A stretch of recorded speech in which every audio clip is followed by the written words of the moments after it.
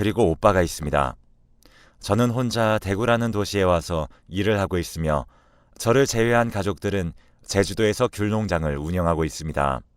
정확히는 아빠와 엄마가 귤농장 일을 맡아서 하고 계시고 오빠는 자그맣게 제주도 관광객들을 위한 숙소를 운영하는 일을 하고 있습니다.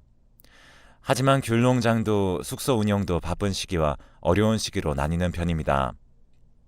보통 어려운 시기에는 제가 직장에서 번 돈으로 도움을 드리는 편이고 농장과 숙소 운영이 바쁘고 수입이 많은 시기에는 제가 가끔씩 도움을 받기도 하는 편입니다. 저는 평범한 회사에서 웹 디자이너로 근무하고 있는데 시기에 따라 조금씩은 다르지만 재택근무도 가능한 일을 프리랜서처럼 하고 있습니다.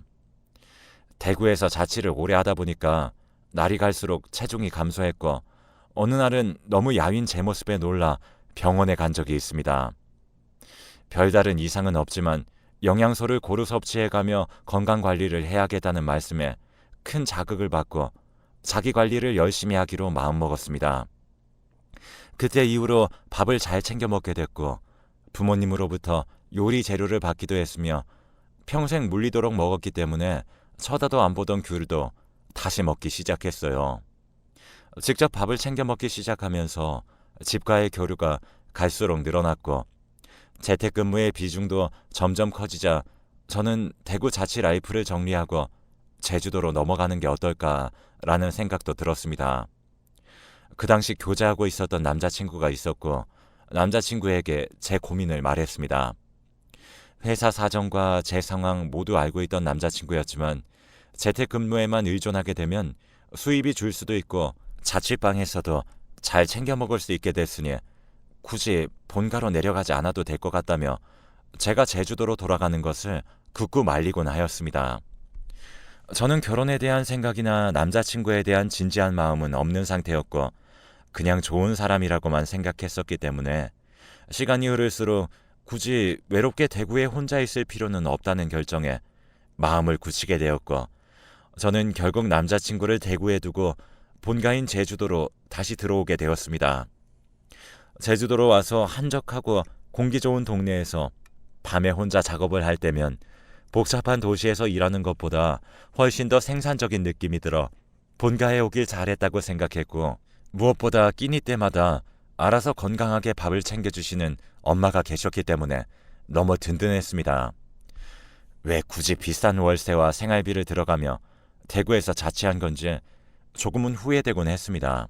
하지만 과거로 돌아가도 같은 선택을 할 것이라고 생각하며 위안을 얻었습니다. 제주도에서의 생활은 조금은 심심한 것 같기도 하였지만 재택근무를 하는 입장에서 생활비도 절약되고 부모님이 때마다 차려주시는 건강한 식단도 챙기며 더할 나위 없이 좋은 환경이었습니다. 제주도에서 삶은 정말 문제가 없었습니다. 그러던 어느 날 제가 대구에 두고 온 저의 남자친구가 갑자기 제주도에 놀러 올 겸 저를 보겠다고 했고 저는 가볍고 반가운 마음으로 알겠다고 했습니다. 며칠은 숙소를 구해 혼자 여행한다고 하였고 며칠은 저와 함께 여행한다고 하였는데 저와 여행하는 시간 동안은 저희 오빠가 운영하는 숙소에서 머물기로 하였습니다. 어느덧 남자친구가 제주도에 와서 함께 데이트하는 날이 되었고 바다도 가고 맛집도 갔으며 숙소에서 야식도 시켜 먹고 즐거운 시간을 함께 보냈습니다. 그러다 우연히 저희 오빠가 필요한 생활용품들과 수건, 세면 도구들을 가져다 준다고 숙소에 들렀을 때 저희와 마주치게 됐고 그때 정말 저는 깜짝 놀랐습니다. 저희 오빠와 남자친구가 구면인 듯이 서로 놀라는 모습을 보았습니다. 이야기를 들어보니 너무 충격적이었는데 저희 오빠가 예전에 사귀던 여자친구가 있었는데 그 여자친구를 빼앗아간 사람이 바로 지금 제 남자친구라고 했습니다. 하지만 대학생 시절 철없을 때의 이야기였고 10년이 지난 예전 일이기 때문에 둘도 많이 무뎌진 듯 보였습니다. 당시 이야기를 자세히 들어보니 오빠와 당시 오빠 여자친구는 이미 편해진 사이였고 여자친구분이 의도적으로 현재 제 남자친구에게 접근해서 만남을 가지게 되었다고 들었습니다. 오빠도 똑같이 알고 있었습니다. 그게 전부인 줄로만 알았죠. 그런데 그날 저녁 오빠로부터 연락이 왔고 잠깐 핑계를 대고 나와 부모님 집으로 돌아오라고 했습니다. 저는 남자친구에게 부모님이 잠깐 부르셔서 얼굴만 비추고 오겠다고 핑계를 대고 오빠를 만났습니다. 그런데 그때 오빠가 하는 말이 정말 충격적이었습니다. 제 남자친구를 잘 알지는 못하지만 예전에 사귀던 여자친구를 통해 이야기를 들었다고 했습니다.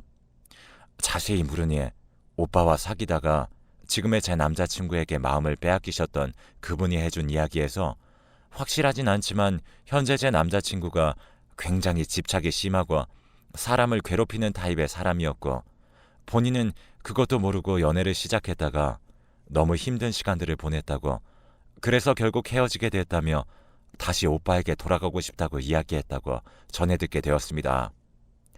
저는 제가 경험해본 남자친구는 집착이 심한 사람이 아니었기에 그냥 오빠의 과거 여자친구가 독단적으로 부풀려진 말을 한 것으로 생각하고 넘겼습니다.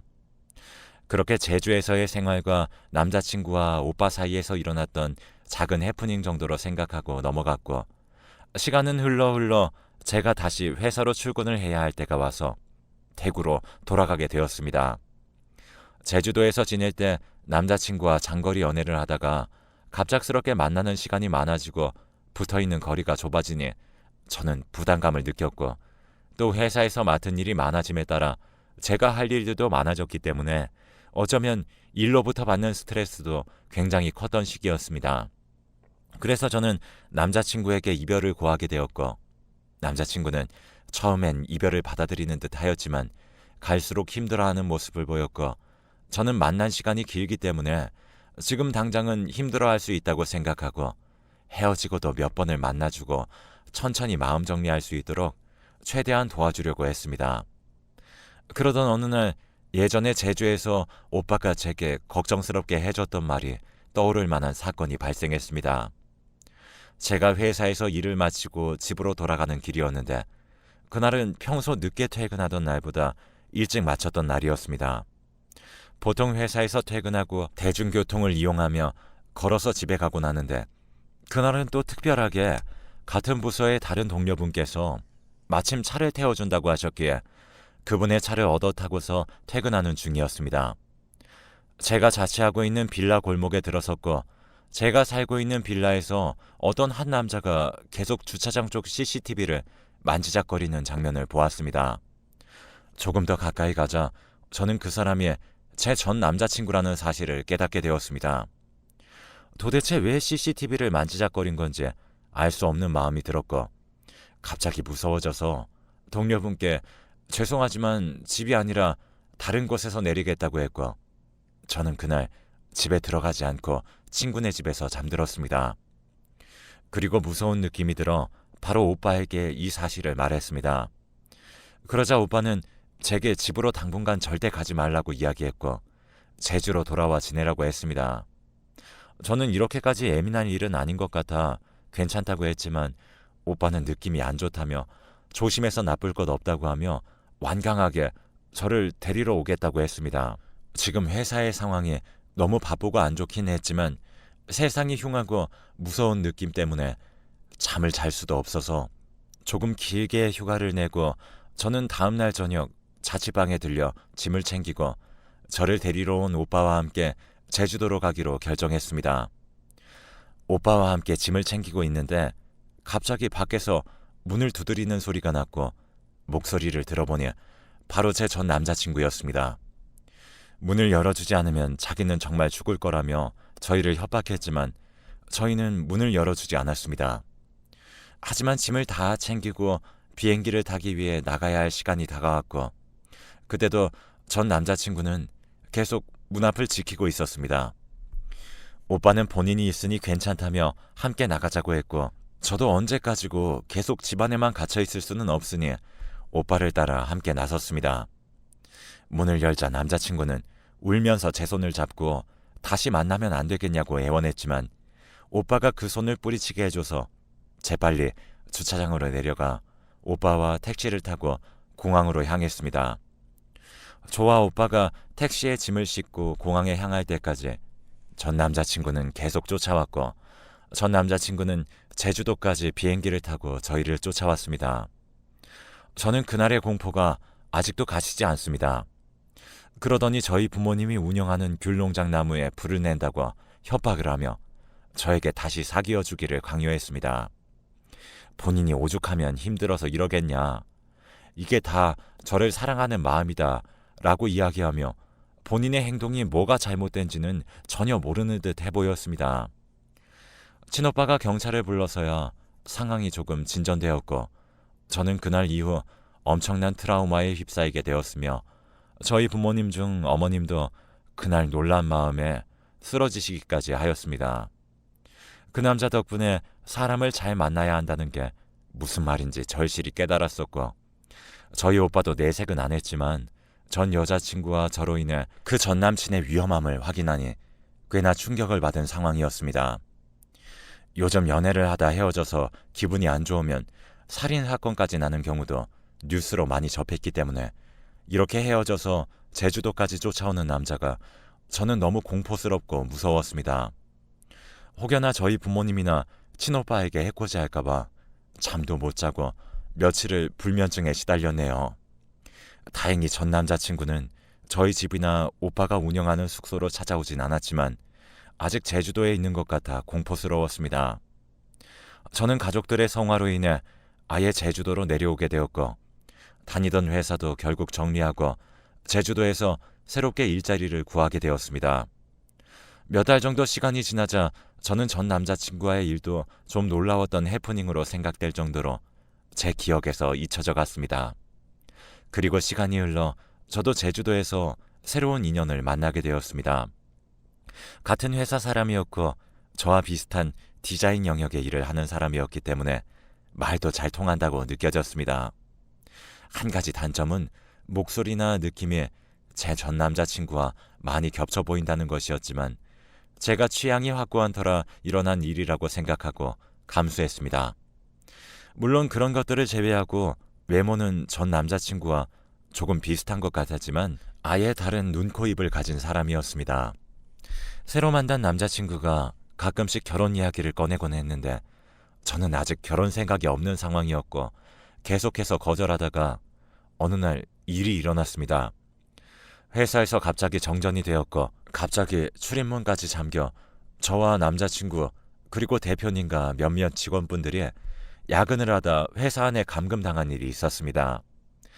정전이 되어 정말 아무것도 보이지 않았고 제가 폐쇄 공포증이 조금 있고 어두운 공간을 별로 좋아하지 않았던 터라 너무 괴로워했는데 그 시간이 길어져서 호흡곤란까지 겪게 되었습니다.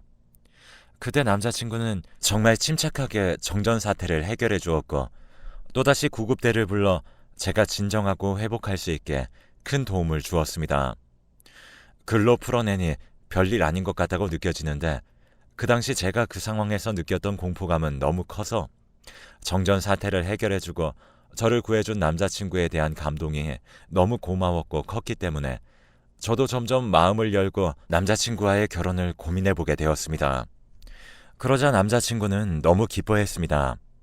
그러던 어느 날 저희 부모님의 농사가 성공적으로 잘 마무리된 것을 기념하며 저희 가족끼리 바베큐 파티를 하게 되었고 결혼 이야기를 서로 주고받던 중이라 새로 만난 남자친구를 저희 집 식사 자리에 초대하게 되었습니다.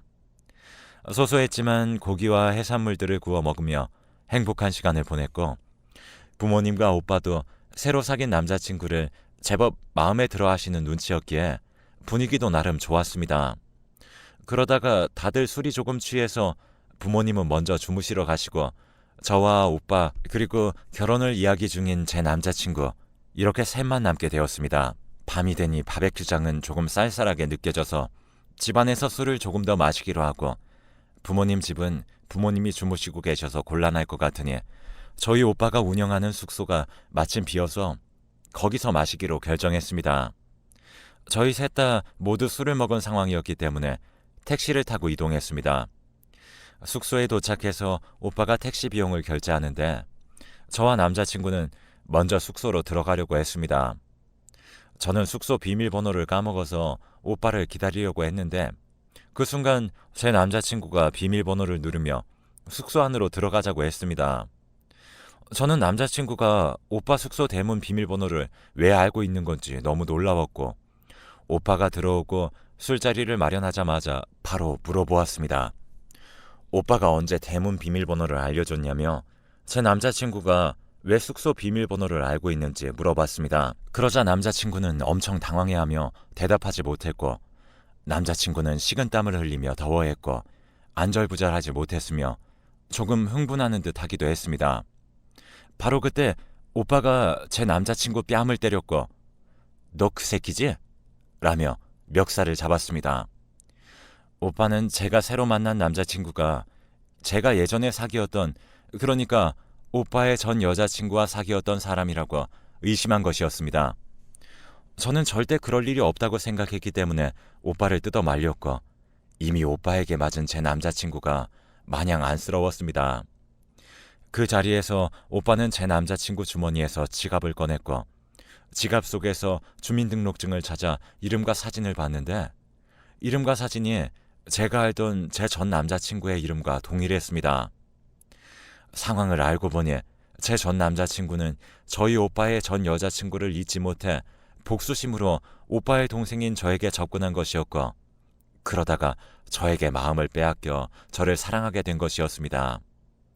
저와 이별을 하고 너무 고통스러운 마음에 다시 저에게 접근하고자 얼굴 성형과 성대 수술을 했던 것이었습니다. 그래서 얼굴은 다른 사람이 되었고 목소리도 변해버려서 제가 알아채지 못했던 것이었죠. 이름과 주민번호까지는 미처 바꾸지 못한 상황에서 한순간의 실수로 저와 오빠에게 들켜버린 것이었습니다. 술을 많이 마셔서 몰랐어야 하는 대문 비밀번호를 자연스럽게 누르면서 문을 여는 행동과 숨기지 못했던 당황하는 특유의 표정과 평소 목소리 등 과거 남친의 일부의 모습들이 떠오르며 너무 소름이 돋았고, 이렇게까지 해서 저와 결혼하려고 하는 그 사람의 심리를 도무지 이해할 수 없었습니다. 저는 이건 저희 가족선에서 해결할 문제가 아니라고 생각했기 때문에 경찰에 신고했습니다. 직접적인 피해를 받은 일은 없었기 때문에 전 남자친구를 처벌할 수는 없는 상황이었습니다. 그리고 이 남자한테 어떻게 벗어나야 할지 무서운 마음이 가장 컸습니다. 무엇보다 이번엔 오빠가 큰 충격을 받았습니다. 오빠는 농장을 정리하고 제주도에서 이사를 하자고 주장했고 부모님도 이 상황의 심각성을 인지하시고 그렇게 하자고 말씀하셨습니다. 성형까지 하고 저에게 다시 접근했던 그 사람은 저희 가족이 이사하기 전까지 거의 10번을 넘게 매주 2-3번씩 저희 집으로 찾아와 저희를 고통스럽게 했습니다. 결국 이사를 할 수밖에 없는 상황이기도 했습니다. 저는 벗어난 줄 알았는데 이렇게 되니 이제 남자는 다시 못 만날 것 같은 트라우마가 생겼습니다. 물론 친오빠도 마찬가지였습니다. 전 여자친구와 잘못 엮여서 동생인 저까지 마음고생한다고 미안해했고, 저희는 서울로 이사를 가서 이사한 곳에서 가족끼리 사업을 시작했으며 이를 통해 만나게 된 사람들에게도 마음을 잘 내주지 않고 살아가게 되었습니다. 저희 가족이 이사한 곳에서 새롭게 시작한 사업은 못난 귤과 한라봉, 천혜향 등을 활용해서 청을 담그고 그것을 판매하는 일이었습니다. 부모님이 상품을 만드시고 완성시키시면 저희 오빠와 제가 그것을 판매하고 납품시키는 역할을 맡았었습니다. SNS나 블로그를 통해서 홍보를 하면 효과가 컸기 때문에 저희가 직접 청을 홍보하는 글을 올리기도 했습니다. 그러던 어느 날 익숙한 이름으로 연락이 왔고 청을 주문하고 싶다고 하였습니다. 이름과 번호 모두 제 전 남자친구와는 달랐지만 휴대폰 번호 끝 4자리가 같았고 저희는 이상함을 감지한 나머지 다른 폰을 빌려 번호를 저장해 보았습니다. 아니나 다를까 카카오톡에 뜨는 사진은 제 전 남자친구가 맞았습니다. 끈질기게 이렇게 접근하는 방법이 무엇인지 놀라웠고 또 마주치게 될까봐 두려웠습니다. 그래서 번호도 바꾸고 가족들 번호도 바꾸게 했으며 집 비밀번호도 바꾸었습니다. 그리고 마지막 수단으로 저희 가족은 이민까지 하게 되었습니다. 한 사람으로 인해 이민까지 한다는 사실이 웃기기도 하고 믿기지 않지만 혹시나 안 좋은 일을 당할 것 같은 불안감에 미국으로 이민 준비를 했고 지금은 미국의 한인타운에서 제주의 김밥과 칼국수를 팔면서 살고 있습니다. 저와 저희 가족은 정말 믿기 힘든 일을 통해 큰 트라우마를 겪고 아직도 극복하면서 살아가는 중입니다. 그리고 최근 또 정말 놀라운 일을 겪었습니다. 바로 제 오빠에게 상처를 줬던 제 오빠의 전 여자친구를 우연히 제외한 일이었습니다. 저희 가게에 두 여학생이 와서 식사를 하려고 했고 그중 한 명이 저희 오빠 전 여자친구였습니다. 안 좋은 추억성 인물이긴 했지만 한국이 아닌 이 넓은 미국에서 만난 것이 너무 놀랍고 반가운 마음에 서로의 안부를 묻는 것 같았습니다. 저는 계산해 줄 때 그 사람에게 언제까지 여기에 머무르냐고 물었고 그 여자 번호와 SNS 계정을 주고받았습니다. 단순히 신기한 마음이었습니다. 그리고 저희가 전 남자친구로부터 겪었던 일들을 공유하기 시작했고 급속도로 가까워져서 저와는 지금 친한 친구 사이로 지내고 있습니다. 어쩌면 오빠와도 아직 연락을 하고 있을 수 있겠습니다. 간혹 뉴스에서 사귀던 여자친구와 헤어져서 일가족을 죽이게 했다는 뉴스도 종종 나오고 해서 아직은 한국에 돌아가고 싶은 마음은 없습니다. 혹시 모르잖아요. 조심해서 나쁠 것 없으니 향후 몇 년간은 저희 가족은 미국에서 지낼 생각입니다. 제주도에서만 살다 외국에 오니 모든 것이 신기하고 미국 음식도 맛있어서 제2의 인생을 사는 기분이 드네요. 이제 놀랍고 괴로운 일들 없이 정말 행복했으면 좋겠습니다. 다들 행복하고 평탄한 일들만 겪으시길 바랍니다. 그리고 남자 조심하세요.